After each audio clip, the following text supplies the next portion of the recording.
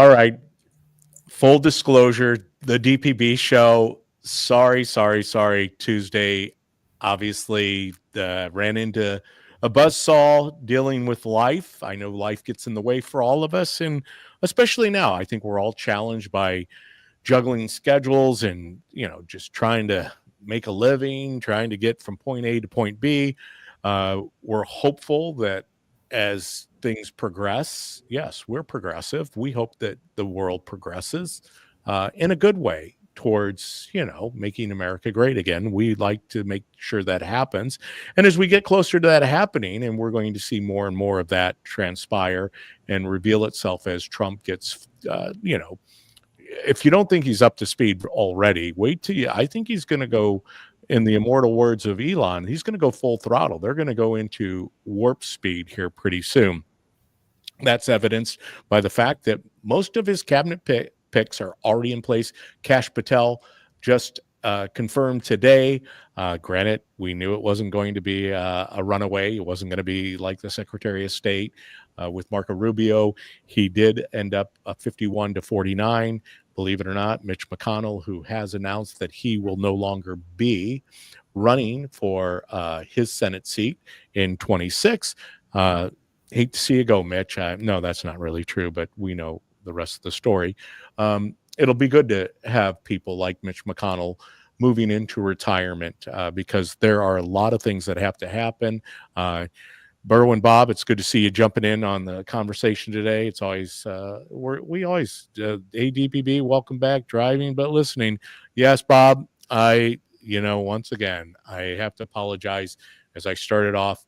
Life just happens. We're busy. We're running at breakneck speed. We're hoping that this economy will deflate a little bit. We're hoping that the price of goods and services will come down a little bit. Unfortunately, what is probably going to happen, we're going to see a little bit more of a bump up. And I think part of that is in order to really regulate what is currently happening in our economy, not even taking into consideration everything that Doge is uncovering. If we know that, and we knew that inflation, once again, comes from one source and one source only, and that's government, printing and spending money. And now we are kind of starting to have the proverbial, shroud pulled back, the curtain pulled back. We're seeing what really exists out there. I said shroud, must be focused on Jesus right now. It's a good one to be focused on, especially in light of the world that we live in. But pulling the curtain back, we're starting to get a glimpse of what has happened worldwide, and the ongoing fever. That's what I guess I call it, fever. I don't want to get too far down calling it derangement, but the Trump derangement is at full height. I mean, it is at DEFCON 1. I guess it's right. Going DEFCON, it's 5, 4, 3, 2, 1. That's the worst you can be, right, Ryan? Are you shaking your head? Yes, DEFCON 1. We're at DEFCON 1. I mean, there's nothing that's going to be easy for the Trump administration. Fortunately, we do have a collective mindset for now, because we know that our opposition has been very good at collectivism. That's how they have succeeded at the rate they have to get to the point that we are at, which is basically almost destroying this country. So it's going to be fascinating. We're in for the ride. So many things going on the world stage, but I want to spend most of the time today talking about what happened in my home state. As many of you know, I live right here in Illinois, the heart of America, right? The land of Lincoln. Unfortunately, what has transpired in the land of Lincoln over the past 20, 30, 40 years is we've lost that title almost, the land of Lincoln, even though our governor wanted to let us know that yesterday during his state of the state address that he placed his hand on Abraham Lincoln's Bible to take the oath of office, and it's grandstanding at best. But But I live in Illinois, and he did do the State of the State address, and he covered a lot of things, without saying anything. We knew going in that there was very little that JB was going to address about the current crisis that we face here in our state. I mean, there are many things that are happening. Number one is we have a pension crisis where we have in excess of, some people forecast, $200 billion in debt. Our interest alone on our pension indebtedness runs $10 billion a year. 10 billion in interest. Our budget that he's proposing is now towards 55 billion.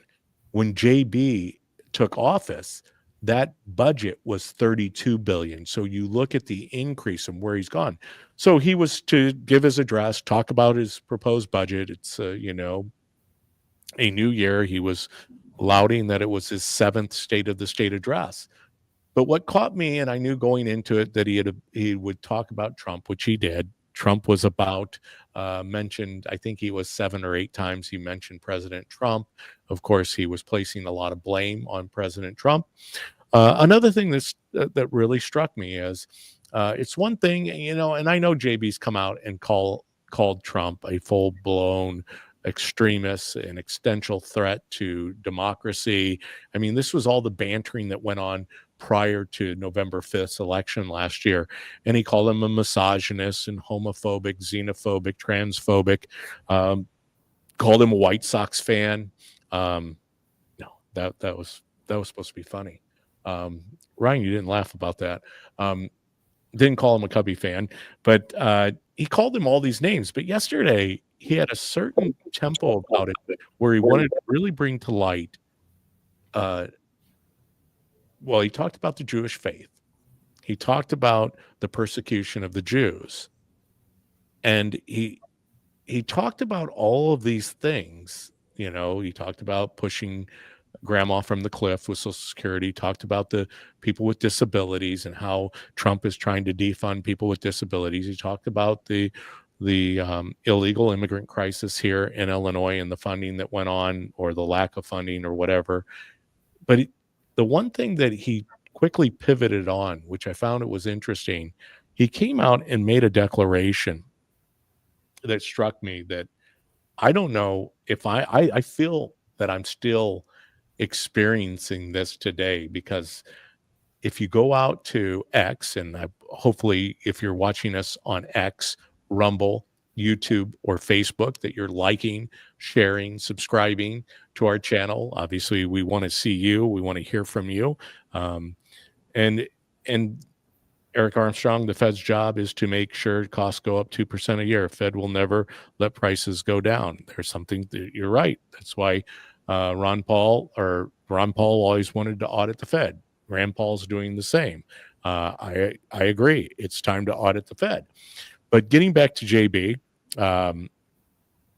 this is what has me just taking a back seat, because I have to look at this, because this is what they're going to go for in the next 24 months, or at least now we're down to 22 months before the midterms. This is going to be the fever. This is going to be the theme of what the Democrat Party is going to run on. And JB himself possibly entertaining running for president in 2028. He's trying to put himself out there. Unfortunately, he's not getting a lot of traction. But this is JB's very words, and I took this from a WGLT. So this is a public radio station here where I live, a local university campus public radio station. This was in their article, and I know this to be true because I was listening to it. It took the Nazis 1 month, 3 weeks, 2 days, 8 hours, and 40 minutes to dismantle a constitutional republic. Now, we fact-checked this. At first, I was like, Germany was a constitutional republic when Hitler took over. And yes, it so happens that JB did do his research, and it was true that they were a constitutional republic. He said, all I'm saying is, when the 5-alarm fire starts to burn, every good person better be ready to man a post with a bucket of water if you want to stop it from raging out of control. Of course, I call this the land of make believe, formerly the land of Lincoln, because that to me, I don't know about you, but to make a statement that the Nazis are coming is, I think it raises the level of where we're at culturally, that a sitting governor in a time such as this would come out and start making statements as such, that for some reason he believes we're on the verge of Adolf Hitler, like he's obviously pairing that with Donald Trump and possibly Elon Musk. But that's where we've raised the temperature to. That's the fever pitch that we're going to go at. I don't know. I think that's dangerous territory. I wanted to discuss that with our guest today, and also with you know who. That would be him right down there in the bottom of the screen is Ryan Mack. Ryan, it's good to see you. Yeah, great to be back finally. And if you can catch it up in the corner, it's Grace. Grace, I'm not going to give your last name out because you didn't give me permission to do that, but that's just Grace. We'll just call her Grace. And what better name is there than Grace, right, Ryan? Yes, absolutely. Well, Grace and I encountered each other yesterday. Part of the reason that she's on the show today, the DPB show, Grace was hosting an event that I attended, was part of that event, partly because I think I had the key to the place that we were meeting. Somebody has to let them in, and I did that. And I'm sure that Grace locked up after I left. Grace, did you lock? Well, actually, you had someone else come in after me, so I was still there when she got there, and I just gave her the key. But I wasn't made aware of this. But we got it locked up. That's the key. Yes, it was. Yeah, the key to the key is that we got locked up. But I met Grace at this event, and what event she was hosting was for the Americans for Prosperity, and they were hosting young people to watch the State of the State address. And I was going to watch it anyway, but I had this opportunity to watch it with, some inspiring younger people, younger than myself. And so I thought, Grace was telling a story about her involvement with Americans for Prosperity. And I think that we need to hear the voices of our younger people, because ultimately, when it's all said and done, they're going to inherit the mess that we leave for them, one way or another, good, bad, indifferent. And so I invited her on. Grace, tell the people here at the DPB show. Nice haircut, Ryan. Thanks, Pam. Pam's pointing out, I guess I was going to say something about it, but when you lose a little bit here, you just kind of clean it up. That's easy. Well, I think it looks good. I wasn't going to mention. I didn't notice it because I think the beard's coming in. But yeah. But Grace, tell the audience, tell the people that follow the DPB show a little bit about your background, and then I'm going to have a series of questions in regards to the legislation that you got pushed through down in Springfield, and I'm just going to have a lot of questions. So go ahead, Grace. I'm going to put you on the spot right there. Wow. Okay. Thank you. So hi, everyone. My name is Grace. I currently work for Americans for Prosperity, Illinois. I'm one of our grassroots engagement directors here in Illinois. I'm blessed to have the opportunity to help kind of manage some of our grassroots operations for most of the state outside of the Chicago suburbs. I have some colleagues that are killing it up in the suburbs, and then I'm responsible for kind of helping oversee the grassroots efforts for central and southern Illinois. So with that, we're just trying to help facilitate events and really go out and talk to voters and ask them, what issues are most important to them, and facilitate those conversations and really, educate and empower people to take a more active role in both advocating and helping us advocate for better policies that protect our constitutional liberties, whether those are better economic policies or policies that advocate for more educational freedom, lower taxes, etc. I think there's a lot that we can do from the grassroots level up, and I love getting to help equip other people to take a more active role in holding our elected officials accountable from a local level. So that's kind of what we do on a day-to-day basis. And as David said earlier, we had a kind of a watch party, I guess, if you will, for the State of the State and Budget Address the other day. So very grateful to be able to host that at the McLean County GOP headquarters. So had some local college kids out there that were able to join us, and just had a discussion surrounding that outside of my day-to-day job. I guess I previously was homeschooled and kind of got my start in politics, if you will, in an unconventional way. Wrote a letter to my state representative and state senator about an issue important to me when I was about 15, and didn't expect much to come of it, but I knew that I had to try. I wanted to see something changed, if at all possible. And well, long story short, ended up actually getting a law passed and getting to work with my state representative at the time. I did all my own grassroots lobbying and got to provide legislative testimony to the subcommittee of the House and Senate, and personally pitched anyone willing to give me 10 seconds of their time, from doormen and security guards to legislative aides, secretaries, any elected official across the political aisle that could potentially vote on that piece of legislation, and eventually even our former governor, Bruce Rauner himself, and ended up getting a law passed, and was very grateful just for the journey and everything that I learned from that. It started as really a fight for my family and became a fight for really all first responders and their families. And my dad was the first firefighter that got to use that law. So very grateful for all of that. So you got this law passed, and I want to hit upon this because you said so much in such a short period of time. Hey, Ryan, Yeah. real quick, does Grace remind you of somebody? If there were a female version of this person, I think it would be Grace. It's somebody near and dear to both of us who also broke through in radio, and he's now down, I'll give you another hint, Liberty University. Yeah. Grace might not even know this guy. She might. Do you know Kevin Ferris? I don't think so. He has a show and a Speechless, podcast called yeah. Speechless, and Yeah. he was part of the Young Republicans at Illinois State University, and Kevin ended up coming in to studio with his colleague Josh Bender.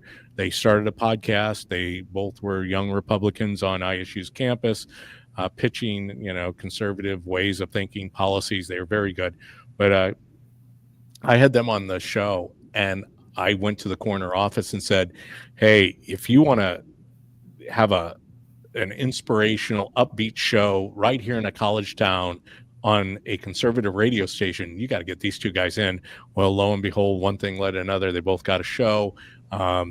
They did that on Saturdays or Sundays. I can't remember. Was it Sunday? It was Sunday, yeah. Sunday. Well, it might have been Saturday. Yeah, they started on Saturday afternoon. But anyhow, Kevin Ferris is so much like you, Grace, as far as, and this is inspiring because, wow, if I could take myself back in the Wayback Machine and talk to my younger self, I wish I was as, aware, tuned in to the issues of governmental policy, of institutions, because not to say that I would have impacted it, because I think for such a time as this, we're here because of a reason. Would I have been able to implement any change? No, I think I probably, if I would have gotten into politics when I was in my 20s, I probably would have ended up where we would have ended up in the same place, because I'm not a real big follower.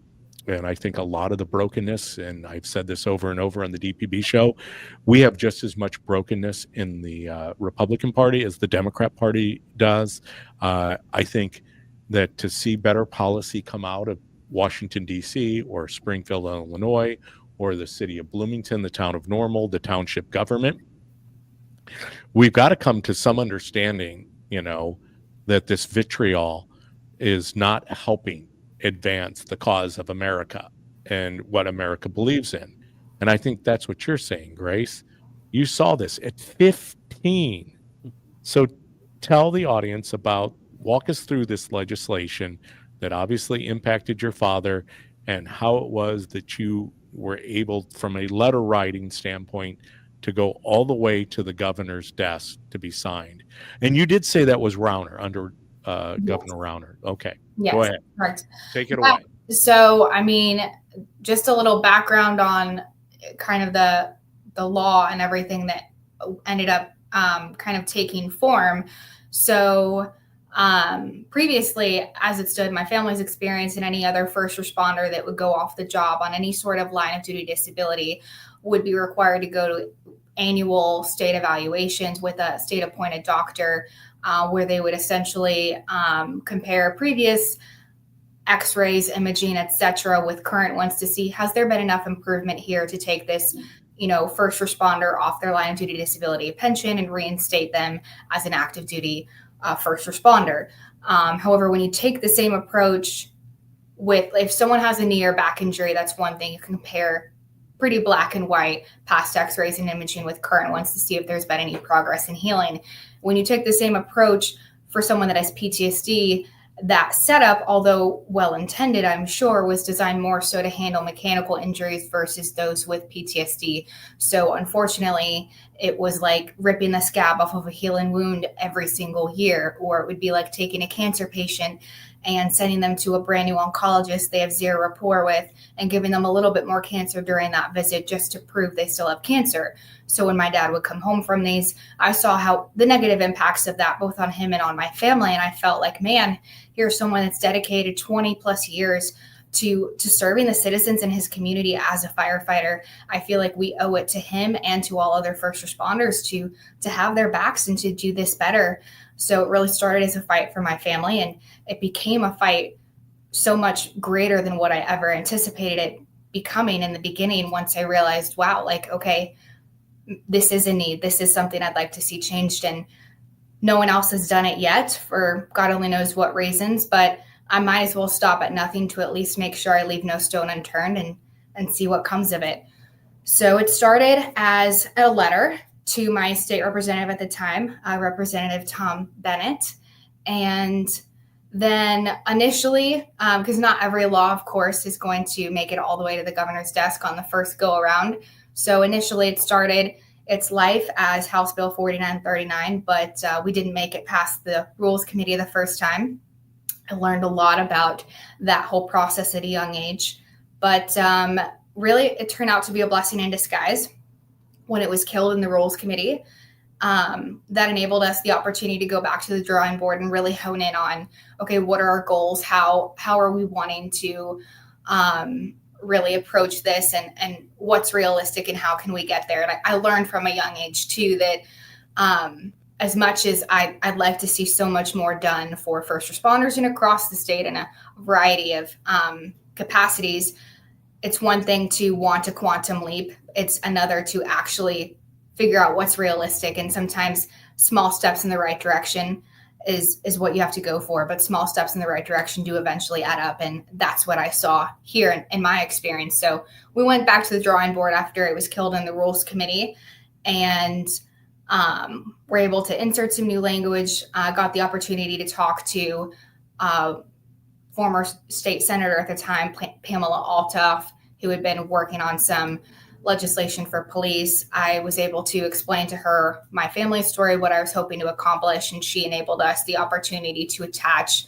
my bill proposal with Tom Bennett onto hers as the amendments. So then when hers went through, mine went through on the back of her piece of legislation. So we actually then reintroduced that with some revised language as amendments 1, 2, and 3 to Senate Bill 3119.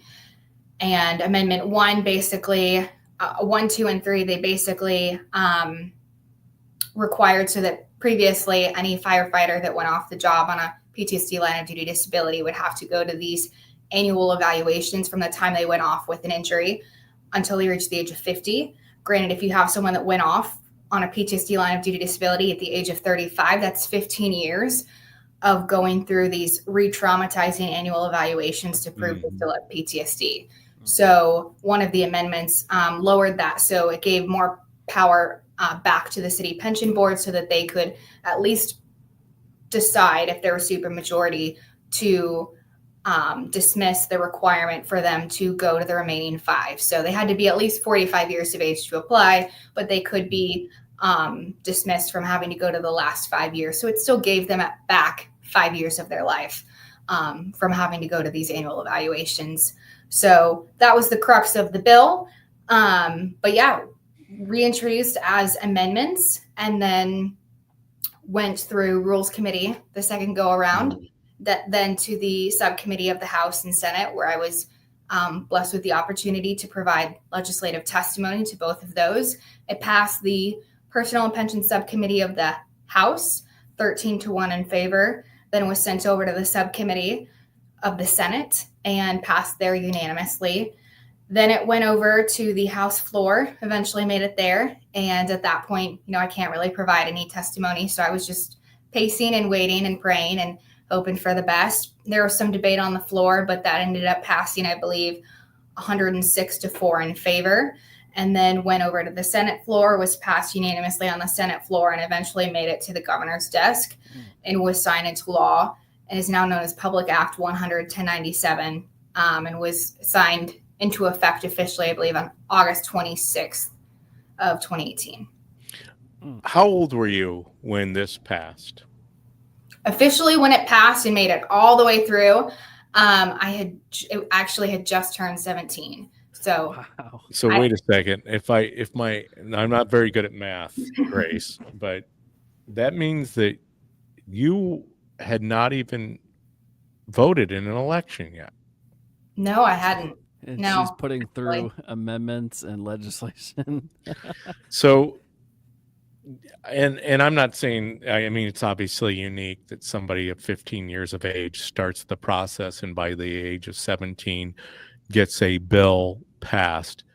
I mean, to me, I knew just hearing the story yesterday that you had to come on the DPB show, but I think that you need to be beyond the DPB show. I think this is a story that needs. Have you been on any national outlets to tell this story? Like CNN? No, not the CNN. Yeah, no, I have not been on CNN. No, I did get the opportunity, I think about a year ago, to talk on the American Potential podcast. So I was grateful for that. I've been on some other smaller podcasts too, but yeah, other than that, I mean, I really think, and what I hope to encourage people and anyone that might be listening today is like, yeah, it's a great story. And I'll be the first to tell you that it was a drop in the bucket compared to what I'd like to see done. But the point is, like, if a homeschooled high schooler with zero political experience could get a law passed before I had fully finished high school, then who's to say anyone within your community, if there's something that you want to see changed, who's to say you can't be that person to help drive and effectuate the change you want to see within your community? And if you don't know how, if it's a matter of figuring out how to navigate that process, there are people out there, myself included, that would love to sit down with you and figure out how we can equip you with the tools and the resources you need to help drive that change. But I think people forget that there's so much more power within grassroots, and government is created by the people for the people. I think it's our job and responsibility to hold it accountable to that standard. And we get the opportunity to vote, but we also get the opportunity to continue to hold those elected officials accountable to the values that we voted them in office to represent. And there's so much more that I think that we can actually do at the end of the day. And just like that, Grace, you replaced Ryan Mack from the DPB show. Ryan. What did I'm you just do? kidding. Just kidding, Ryan. Uh-huh. Did you see how I did that though, Ryan? Yeah, that was real clever. Hey.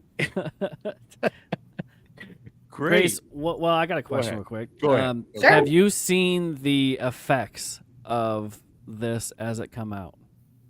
Like the total effects on the first responders? Has this law impacted other people's lives as the way it did yours? Yeah, so as far as total effects, that I don't personally know. I would have to go back and look into that. I do know that my dad was the first firefighter that got to use that law. Right. And some others, I don't know how many total have been able to use that as well since then. Yeah. So I think it just illuminated, again, like that was a gap, a need that I saw that I wanted to, at least make sure I did everything I could to raise awareness. I think half the time the biggest battle is a knowledge gap. Yes. And I wanted to make sure I left no stone unturned. And when people saw that piece of legislation come up, whether it made it all the way through or not, I wanted to make sure they knew my face, they knew my story, the impact it could have, and why it was so important for a high schooler to push it from a letter all the way to the governor's desk. And so, Absolutely. I mean, I did like, I was grateful that my mom drove me to the Capitol and that I had other people that were willing to support me in various ways. But I absolutely saw every single person within that building, as higher up on the totem pole, if you will, than I was. I knew that the bar was set at the floor. And most people, and much to their point, if a high schooler nowadays had said they had ambitions to pass a law, like most people probably wouldn't believe them. It's a lofty goal. I sure as heck didn't expect to get that far, but I knew I had to try. So I think in that learned so much just from everyone, whether it was the security guards or the legislative aides or secretaries. Every single person there had such inherent value as far as what I could potentially learn from them. So I think in that, I just received a great opportunity to better hone my spiel and to learn so much from each and every one of them. And they also helped connect me with different elected officials. And I made darn sure that every single person just about that could potentially vote on that piece of legislation knew me, knew my story, knew my face, and I personally spoke with them before they voted on that. That's I what love it takes. that It little takes that fact. drive, right? Yeah. It takes that determination because you showed that you weren't going to give up until this was passed in one way, form, or the other. And that's what it takes as any individual who wants to get a piece in legislation done, right? In Springfield or Washington, it takes the ambition and the determination to get something done. And you showed that, and that is powerful, especially at the young age that you did. Well, I think it's equally as impressive that, and you pointed it out, Grace, is that you didn't give any opportunity. If there was a person that was in that building in the state capitol, you were making them aware of why it is you were there and the ambition you had, and obviously the passion, because this directly impacted your life through your father's life and everything he was dealing with. I got a ton of questions, and however, I'm watching the clock, and of course, my wife always reminds me that it's your podcast. You can go 5 hours if you like, and we have friends that do that. But Grace, I don't know about you, but I just, it's hard to go beyond an hour for me. So I want to keep this succinct, and I want to make sure that I respect your time. I told you we go from 4 to 5. But how is your dad? How is he doing? Yeah, I appreciate you asking. Yeah, I think he's doing a lot better. I think that, with time, everyone, both the individual and the entire family unit, because the whole family unit really faces the battle of PTSD and any other similar mental health battle. So I think we've learned to navigate that better as a family unit and as a dynamic, holistically. But I do think that he's doing a lot better today, and I'm grateful just to see what he's been able to accomplish since then, and developing kind of his own business and going out there and continuing to do what he can to better educate and equip firefighters across the field of firefighting with the tools and the knowledge necessary to increase safety on the fire ground and help them make the best tactical decisions in emergency situations. So it's great to see him continuing to really dedicate his time and his talents and his expertise into that field to help just improve safety and overall knowledge and awareness for firefighters. Well, Grace, and I'm not used to this 3-angle thing, but I hit a button. And Ryan will tell you, the buttons get to me sometimes, but I do kind of like this look because Grace, you're in the middle. There's 3 American flags, which I believe, life, liberty, and the pursuit of happiness. We talk about the Constitution that sits behind me here. Of course, at that angle, you can't see it, but at this angle, you can because it's right here. And that's so important. And that's what you're fighting for. You're fighting to preserve the rights of people, the well-being of people, life, liberty, and the pursuit of happiness. And I'm blown away by the fact that at 15 years of age, you were able to get this accomplished, which has led you into the current position you're in with Americans for Prosperity, and how important that is, that we have a growing movement of young people that are willing to put the values that they stand by, because I get it. There's so much coming at young people, but yet it seems like we've turned the corner. And that's what I want to hear about next. You were there yesterday, obviously, listening to the governor in giving his spiel. So you're aware of Governor Rauner. I will tell you that it was a welcome change to see Governor Rauner. There were things that Governor Rauner impressed me with, but when it was all said and done, I really started realizing that was kind of the advent for me of what was going on in Illinois and the brokenness of Illinois. And it spurred me to end up running for office in 2018 and 2020, and then being part of the gubernatorial race in 2022. But tell me about what you witnessed yesterday in this State of the State address. Yeah, I think unfortunately there was not much of a detailed plan of action in response to a lot of what was brought up and addressed within Governor Pritzker's State of the State and budget address. And I think a lot of Illinoisans would have appreciated more of a concrete, detailed plan of action as far as how we're tackling our current budget and inflationary issues, the economic situation of the state alone. So I found that interesting. I think that seems to, I would say from what I've gathered, reconcile with a lot of people, or they feel similarly based on yesterday. So I think in response to that, I mean, what I'm looking forward to moving forward and what I'm grateful for, with my job is, look, I mean, we're advocating to continue to protect and really promote better economic prosperity, better economic policies, more educational freedom, and more transparency within government, and really holding elected officials accountable to our upholding our constitutional liberties. So do you think I'm sorry to cut you off. That's okay. I apologize. I have a bad habit of doing that sometimes. It's okay. I hope I didn't cut you off during a time when you were giving one of the best points that you're going to make. No, I mean, probably not. So you're good. But so Grace, and that's why I was so excited, because what you said was this. Do you think the governor, obviously there's going to be the applause in the background, and as I pointed out, Kwame Raoul, his attorney general, has received over $3.4 million in campaign contributions from the governor. Mm-hmm. Michael Madigan, just obviously convicted Michael Madigan, the longest standing speaker of the House in a General Assembly in the history of our 248 years as a country. Michael Madigan, 37 years, donated $1 million to Kwame Raoul. So I guess that the fascinating thing is people are going to stand up and clap, because that's what they're there to do. But you said it best. We haven't moved the needle.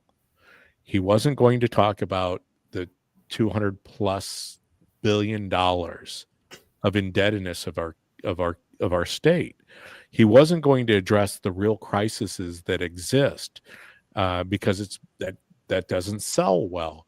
But yet, as I mentioned earlier, it's your generation that's going to inherit the government that's currently in place. And so doing something about it, and that's evident that you're willing to do something about it. What do you think we need to do next? That's what I wanted to ask JB yesterday. So what's next, Governor? What truly is next for the state of Illinois? What do you think's next, Grace?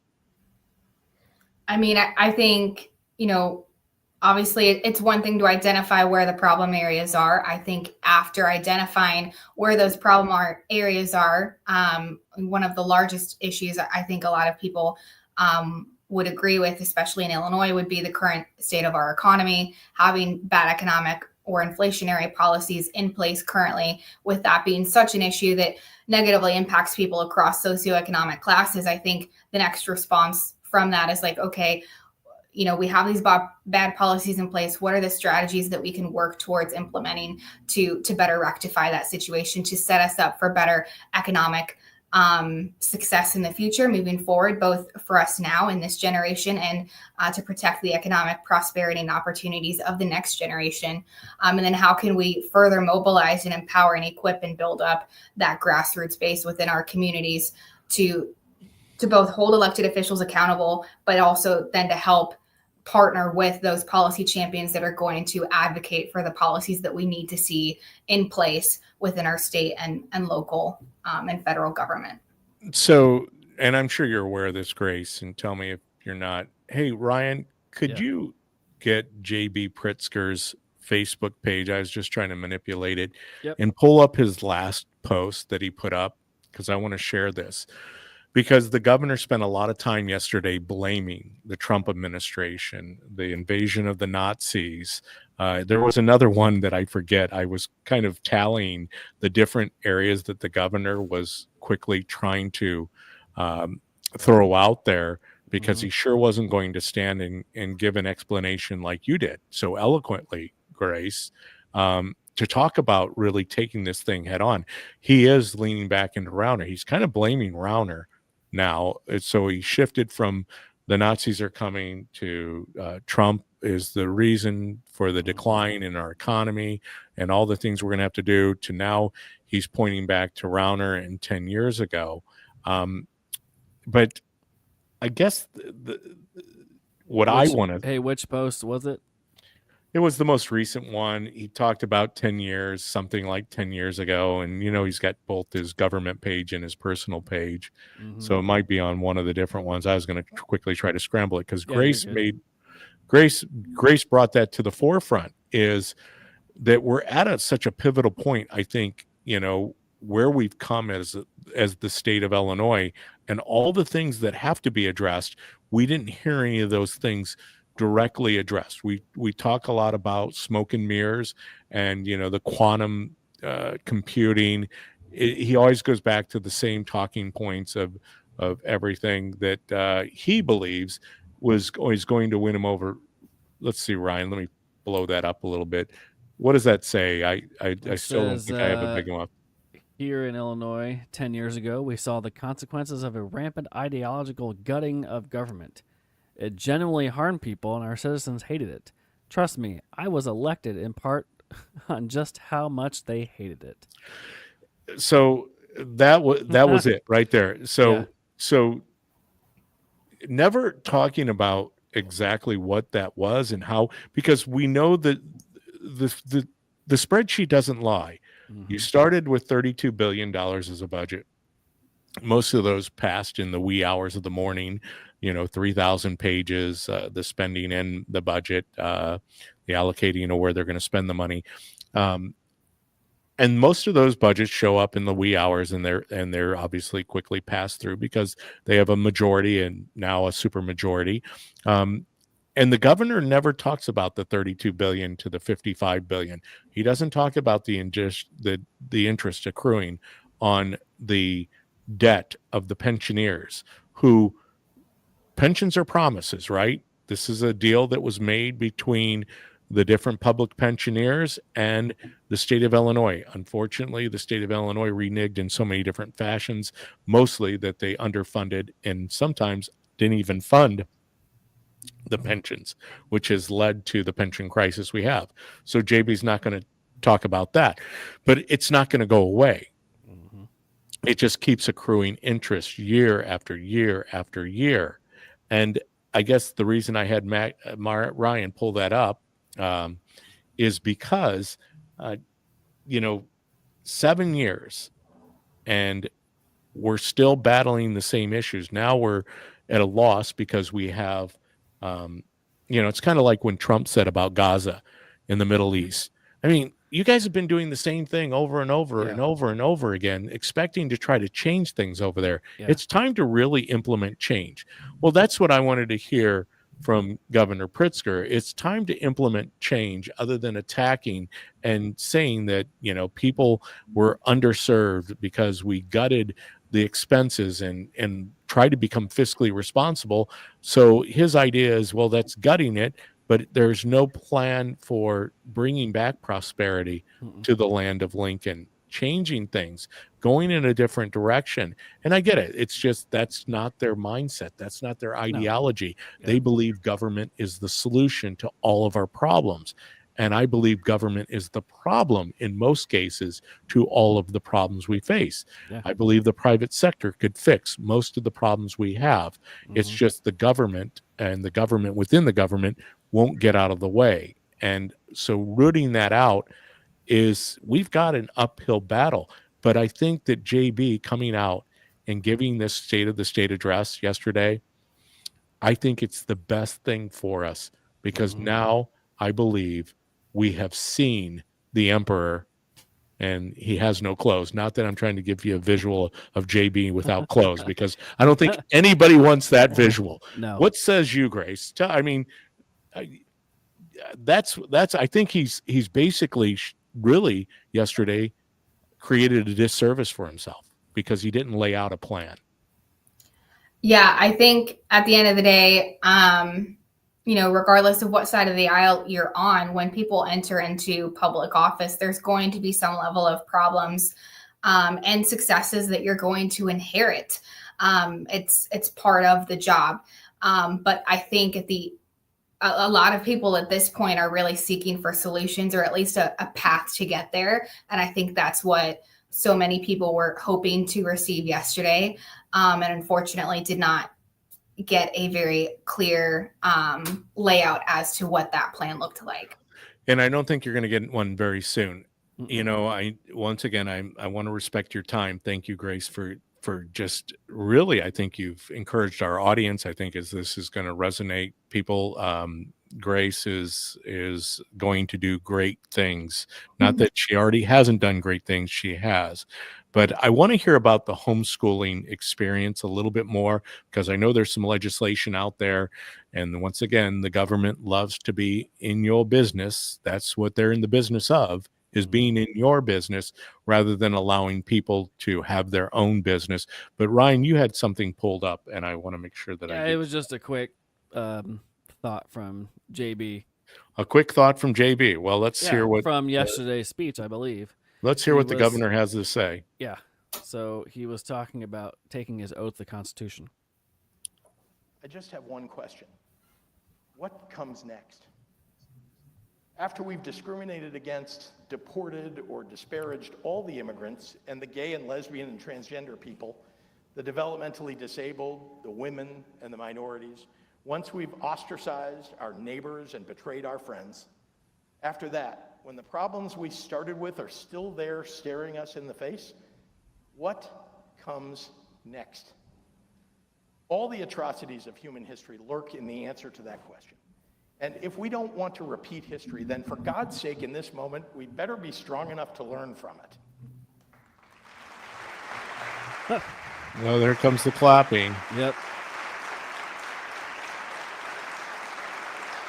You had the same feed, Ryan, that we had yesterday. It Yeah. doesn't it doesn't sync up very well with his lips. It's Yeah. it's like one of the old films that you used to watch from overseas where the mouthing, the lip syncing, and the words didn't quite. Well, but it was the we same got thing we the were point. just talking about, right? Like he, instead of talking about the real problems in our state, he goes on this diatribe about the issues that aren't really issues. No one's talking about transgender issues right now. Nobody's talking about deportation on the level in the state. They're talking about how they can't afford to pay their taxes or keep their mortgage or their vehicles because they can't afford anything in the state. He continues buy to find, eggs. he can't buy eggs, and he's Can't buy hammering. eggs. And then to the next point, he's hammering the free educational process in the state. Which one of the good things about Illinois is that it's very open to homeschooling. My sister-in-law homeschools their youngest kids, and it's been a blessing to see her raise them in that environment, and to see this new bill coming. I'd like to get your thoughts on what could be coming down the pipeline. Amen. That's you, Grace. He threw that to you, Grace. Yeah. He's asking about the homeschooling bill. Obviously, we know Illinois is probably one of the best states to live in if you're homeschooling for now. We don't know how long that's going to last, but you are a product of homeschooling. Obviously, we need, I would rather have a million Graces than I would the current population of students who are being educated in the Chicago public school system and around the state, where we can't even find proficiency at grade level in a majority of the kids. Yeah. And we're spending a lot of money, taxpayer money, to educate kids who aren't getting educated. Yeah, no, I think those are all some strong and valid points. For me, yeah, I was homeschooled from third grade all the way through high school. And I think for me, that allotted me, as many other homeschool kids have received, a similar opportunity to really work towards mastery versus being stuck in a more one-size-fits-all approach. Families have a variety of reasons as to why they pursue that, but for me, it really enabled me the opportunity to really go full steam ahead in the areas that I had specialized interest in. And then if I needed a little bit more help in a specific area, I could do that. But yeah, I took a wide variety of classes. I took as many classes as I was able to sign up for, and even took other things that aren't being taught in today's public schools that have been crucial to me moving forward since then. Like I had a required etiquette class I had to take where they specifically went over with people, like, the proper way to shake someone's hand, or how to introduce yourself, or how to set a formal, table for dinner, things of that nature. So I enjoyed and absolutely loved the various opportunities that provided for me. There's a lot of different ways to go about it, of course, but my family found ourselves falling into more of a co-op situation where, we would go 1 or 2 days a week with a lot of oftentimes teachers that had left the public school system, or maybe they were former college professors that wanted a little bit more freedom to teach to the individual students, more of an individualized educational approach that best fit their needs where they were at. So we would go in once or twice a week, turn in all of our homework, get our class lectures, have our labs, dissections, etc., go home and do all of our homework, and then bring it back the next week. So that was kind of my homeschool experience. Of course, that's where I used that civics program, Teen Pact, and got to learn all about our state government, state and federal government. That's how I got kind of my segue into some of that. But yeah, as it stands currently, we have some great educational opportunities, at least as far as it stands with homeschooling in the state of Illinois. However, this current homeschool bill that is being proposed coming down the pipeline could severely limit just a lot of the educational freedom that we currently have in Illinois. Well, have you read the bill that was being proposed to get an idea what they're actually bringing forth? Yeah, I've read through some of it. So essentially, they would require any families that want to pursue that homeschooling avenue to submit a homeschool declaration form within, I think, 10 days of August 1st, maybe, of every year to their local school districts or public schools, basically to say, hey, we're choosing to go the homeschool route. Then they also have to maintain this educational portfolio where they record their child's curriculum and their educational progress and growth, which in theory by itself might sound fine, but Right. when we're not able to maintain similar standards within our public Right. schools, Yeah. I personally think that's maybe a little bit of a double-edged sword. But that tangent aside, I think Right. it's going to put inevitably a strain on a lot of the public schools and the local school districts because it's an unfunded mandate as it stands currently. Right. So where are they coming up with the extra resources, whether it be people and manpower or time, to go through and manage potentially hundreds, if not thousands, of individual educational portfolios for regular reviews for Right. these home educating families and students on top of all of their regular duties that they owe to the students in their public school system? And if it's to say that it's, because they're concerned about the safety of certain homeschool Right. students, of course, there's always going to be your unfortunate outlier, but that's not the norm. And Right. when you have students going through safety zones in the Chicago area trying to get to school, and you're trying to highlight the dangers of the average homeschool family, I think that loses touch with the vast majority of what families are trying to provide for their students. And I think we owe it to a lot of families and people within Illinois to try and maintain and protect the ability for them to pursue whatever academic environment is best suited for their individual child and their needs. Right. Yeah, there's no current mandate or requirement to declare homeschooling, right? What is the current ramifications for, like, say I wanted to start homeschooling my son or daughter in kindergarten? Do I have to notify the school district where I'm at currently of, hey, I'm pulling my kid from school? Currently, I would have to personally go back and review that. I know with this, should it pass, they would be required to submit that. And if they fail to submit it, the parents in and of themselves could face everything from charges of truancy, potential criminal charges, which is insane, involvement, investigations. The children themselves could also face, potential referrals to juvenile court and truancy charges as well. Community service.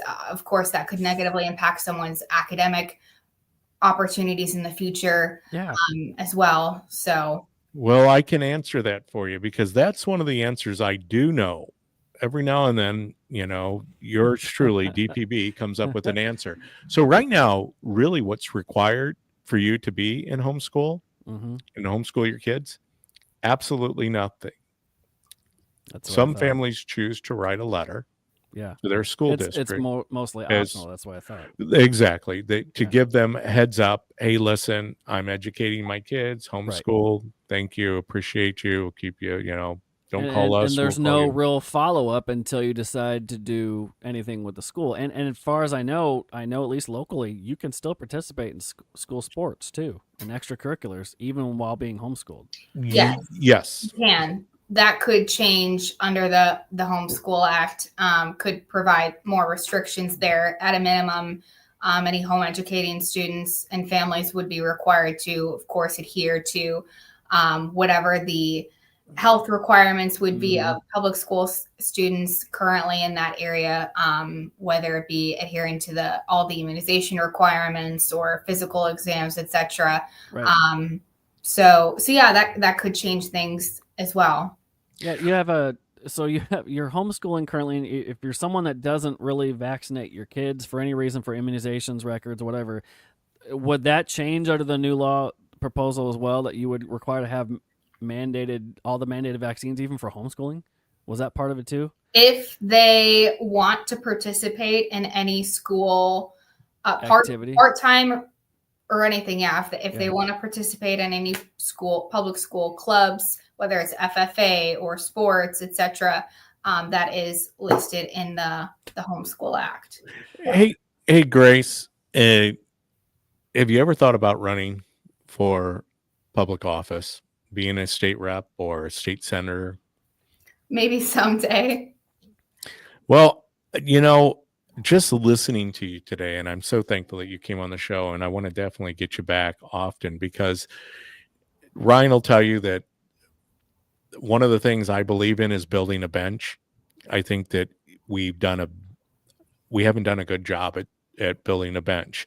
Now, on a federal level, I think we've done a great job. I mean, if you look at least at the party in power right now, which happens to line up more with my ideology of what I believe limited government, not taxing everybody to death. I believe in freedoms. I believe in liberty, and I believe in all those things that the Constitution affords us. However, I also understand that the Constitution is merely an idea, a piece of paper where people came together to come up with and put it down in writing. However, without the men and women behind the movement to to solidify, to fortify, to immobilize people in times like this. I mean, I just was looking at another post from JB Pritzker, and this is how audacious this guy is. 21 hours ago on his Facebook page. I happen to be a big JB Pritzker fan. You can tell I spend a lot of time on his social media. Tyranny requires your fear, your silence, and your compliance. Democracy requires your courage, because they never refer to our country as a constitutional republic, even though he referred to Germany as a constitutional republic before it was invaded by the Nazis, or taken over by the Nazis. So, the reason I ask you about getting involved, because I think it's good to have young people running for office. I don't know, is your state rep still Jason Bunting, or Tom Bennett to Jason Bunting? Are you in the 106th district still, where Tom was at? Yeah, no longer in the 106th district. I've since moved, since I'm in Springfield now full time, but my family is still there. And yeah, it is now Jason Bunting. Yeah. So your district where you live now would be a different district. Well, I think you would be a great state rep. I think you would be a great state senator. I think we need more people like you that are free flowing with their ideas and really understand the issues at hand, because they are many. When you pass the amount of legislation we do on an annual basis, it's hard sometimes to keep up with it. I mean, the amount of bills that will accumulate over just a short session is just, I think it's definitely something that makes your head just go, how in the world can anybody, especially the laity out there, understand all the complexities of how we run a state? Ryan, you know what? I think I could go on and do this show for a couple hours. And Grace, once again, thank you for joining us today. As we end the show, Grace, hang on. We do go over time after I shut down the live stream, because then I do give you my kudos and everything else like that, and any follow-up discussion. But Ryan,